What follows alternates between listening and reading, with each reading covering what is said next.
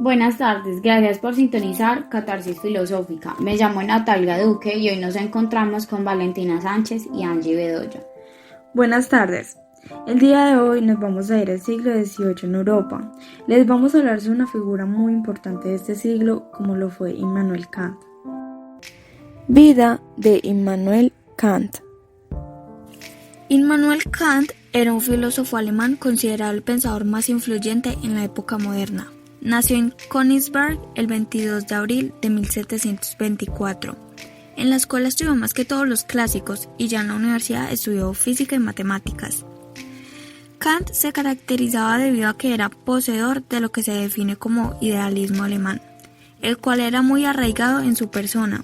Él era sumamente complicado y un tanto disperso. Además fue un hombre bastante solitario y que le gustaba pasear con frecuencia. Cuando su padre murió, tuvo que abandonar todos sus estudios y empezó a ganarse la vida como tutor privado, impartiendo clases en los pueblos alrededor de su ciudad.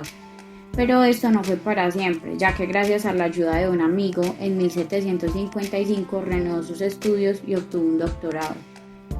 Después enseñó 15 años en la universidad, algo que lo hizo llamarse un filósofo profesional, porque además de dar clases en las universidades en calidad de profesor de filosofía, también quería responder a las dudas de la humanidad.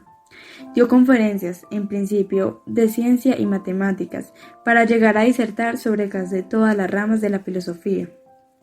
Pese a que estas conferencias y escritos de Kant le dieron reputación como un filósofo original, no se le dio en sí una cátedra en la universidad sino hasta 1770, cuando lo designaron profesor de lógica y metafísica.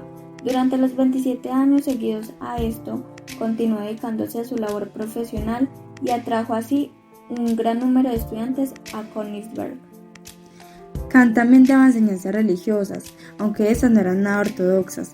Esas enseñanzas se basaban más en el racionalismo que en la revelación divina, lo que le creó una serie de problemas con el gobierno de Prusia, y en 1792 el rey de la nación, Federico Guillermo II, le prohibió impartir clases o escribir sobre asuntos religiosos. Durante 5 años Kant siguió esta orden, pero cuando murió el rey, este se sintió liberado de su obligación. Ya retirado de su docencia universitaria, Kant publicó un epítome donde se contenía la expresión de sus ideas de materia religiosa en 1798. El 12 de febrero de 1804, el filósofo ilustrado Immanuel Kant murió a la edad de 80 años. Contexto histórico.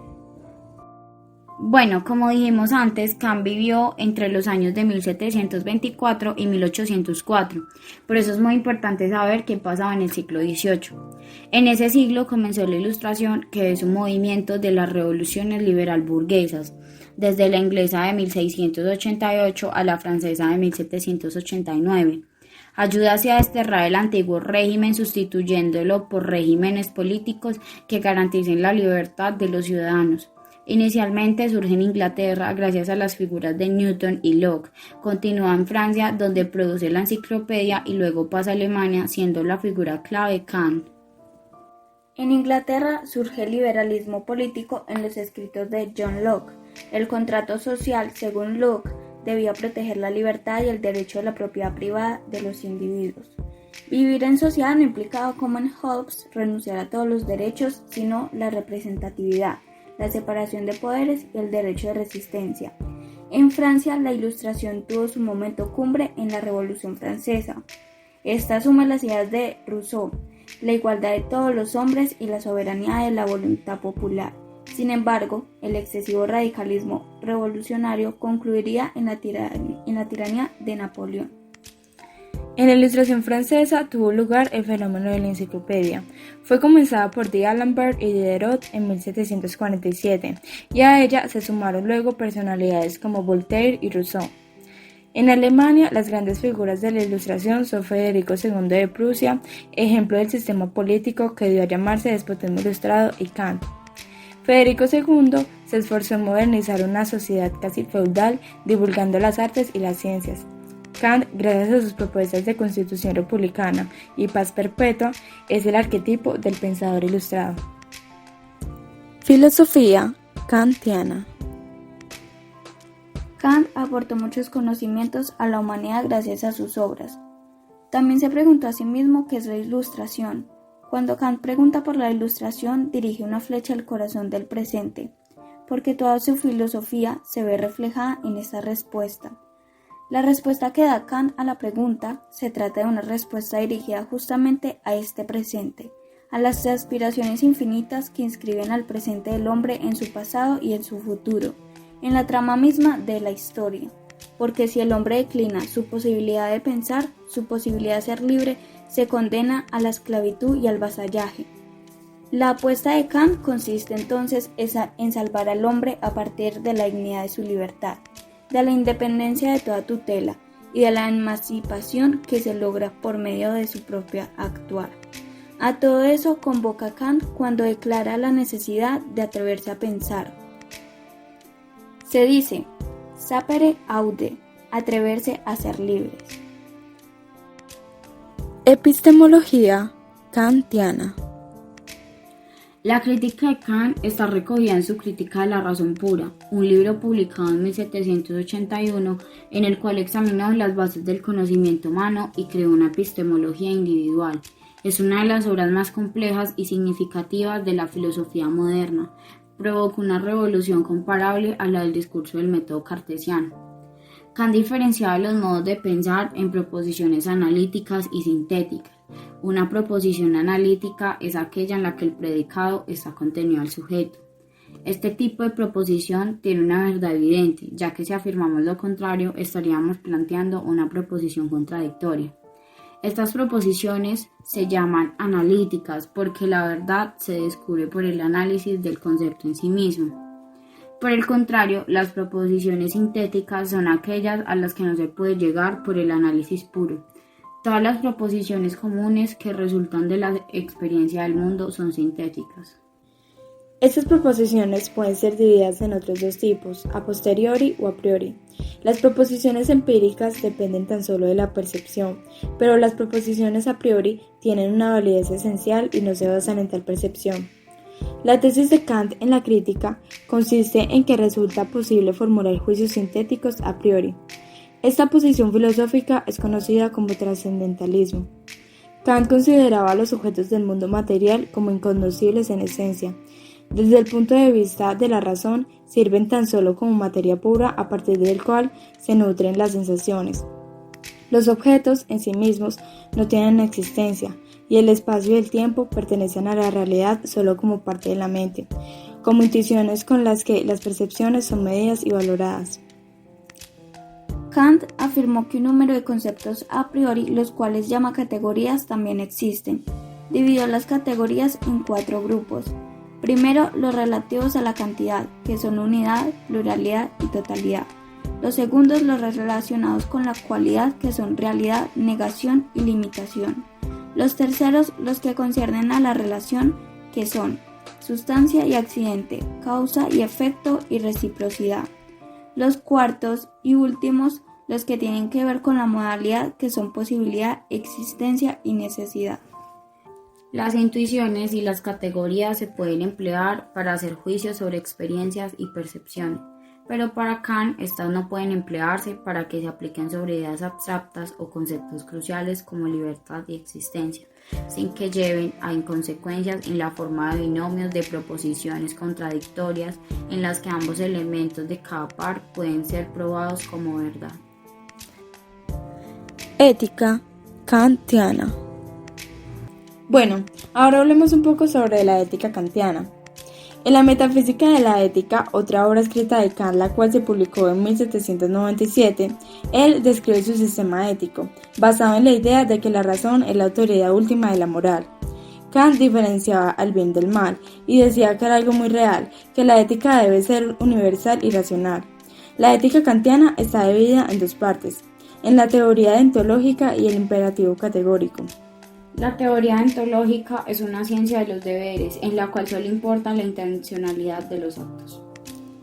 El imperativo categórico es la categoría en la que la norma es inquebrantable y por lo tanto incondicional, siendo un fundamento de conducta moral, disponiendo de la capacidad de razonar si algo es malo. Para llegar al bien debemos pasar por tres postulados, que son la libertad, la inmortalidad del alma y la existencia de Dios. Hablemos sobre la libertad. Sin libertad, las obligaciones morales no tendrían sentido. El hombre es libre, por lo tanto puede vencer cualquier obstáculo que se atraviese con la ley moral para conseguir la felicidad. No podemos saber si Dios, la libertad y la inmortalidad existen realmente, ya que eso sobrepasa los límites de la experiencia. La inmortalidad del alma es posible que haya un convenio adecuado entre la voluntad y las leyes. La santidad no es finita, por lo tanto se hace necesario suponer la existencia y permanencia indefinida de la personalidad, que es precisamente la inmortalidad del alma. La existencia de Dios permite armonizar la moralidad y la felicidad. Estamos divididos entre lo que tenemos que hacer, que son las leyes, y lo que deseamos hacer, que es la felicidad. Por esto necesitamos la existencia de una causa natural que armonice y contenga la felicidad, la moralidad y la virtud, en este caso que sería Dios. La existencia de Dios no puede ser demostrada racionalmente. Dios puede ser pensado, mas no conocido. Estética kantiana. En las aportaciones filosóficas de Immanuel Kant se encuentra su obra Observaciones sobre el sentimiento de lo bello y lo sublime, publicada en 1756. Explica en esta obra que la belleza y lo sublime poseen la capacidad de ser placentero. Según él, ninguno de ellos causa una idea determinada ni lógica, más bien esconden una idea reflexiva. Él marca la diferencia entre ellas para poder identificarlas. Kant explica que la belleza de la naturaleza viene dada por la forma de algún objeto, limitándola de algún modo, al contrario de lo sublime, la cual puede estar en un objeto sin forma. También explica que los factores que intervienen en la belleza vendrían siendo la imaginación y el entendimiento. Por otro lado, en lo sublime también interfiere la imaginación, pero no el entendimiento, en este caso sería la razón. En cuanto a la satisfacción que generan, la belleza despierta una pasión hacia la vida, jugando vividamente con la imaginación del ser.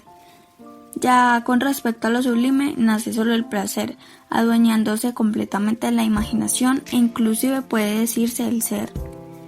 La máxima diferencia radica en lo expuesto anteriormente, pues es decir, lo sublime atrapa completamente la imaginación, logrando que se imaginen cosas inexistentes. Cabe destacar que lo sublime hace referencia a solo ideas provocadas por la razón, que aunque no sean reales pueden venir a la imaginación vívidamente. Precisamente su origen, es decir, que la creación de esto es netamente hecha por la razón y el cómo le afecte también depende de ella. El proyecto de Kant podría resumirse así: su naturaleza metafísica, que restauró a la razón de sus límites, pero a la vez ennobleció la razón humana. Su naturaleza moral, el hombre tirando de sus pasiones primarias, que son el egoísmo y el interés especial. Y por último, su naturaleza estética, que libera los sentidos. El hombre debe adquirir la capacidad de juzgar la belleza. Obras de Immanuel Kant. Además de sus trabajos sobre filosofía, Kant escribió numerosos tratados sobre diversas materias científicas, sobre todo el área de la geografía física. Su obra más importante en este campo fue la Historia Universal de la Naturaleza y Teoría del Cielo, que fue publicada en 1755, en la que anticipaba la hipótesis de la formación del universo a partir de una nebulosa originaria, hipótesis que fue más tarde desarrollada por Pierre de Laplace. Para profundizar más en la obra de Kant, mencionaré otras. Entre otros escritos de Kant figuran Prolegómenos a toda metafísica futura, obra publicada en 1783, Principios metafísicos de la filosofía natural, publicada en 1786, Crítica del juicio, publicada en 1790, y por último, La religión dentro de los límites de la razón pura, obra publicada en 1793. También hay que destacar entre las famosas obras de Immanuel Kant, La paz perpetua, que fue publicada en el año 1795, proponiendo en sus páginas un pacto a nivel mundial de lo que son los estados republicanos y, como bien lo dice su nombre, la paz perpetua. Kant es uno de los filósofos que más ha aportado a la humanidad. Dejó un inmenso legado, tan imponente como él mismo. Nos regaló entre muchas cosas la ética kantiana, esparcida entre sus obras más emblemáticas como lo son La crítica a la razón y Metafísica de las costumbres. Él siempre se distinguió del resto, más que todo por su constante búsqueda de ética y fundamentos, que estuvieron basados y que compartieron características con el campo de la ciencia. Kant formuló la existencia de la galaxia, que ésta eran aros de nubes estelares que giraban alrededor del Sol, además de que todos los planetas se complementan dándole movimiento al sistema.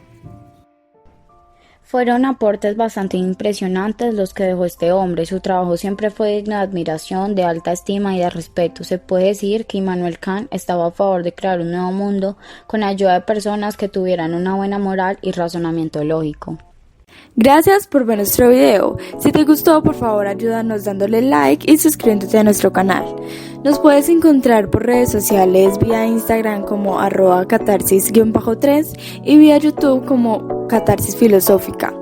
Muchas gracias por escuchar el último podcast que se va a sintonizar en Catarsis Filosófica y gracias por apoyarnos desde el principio.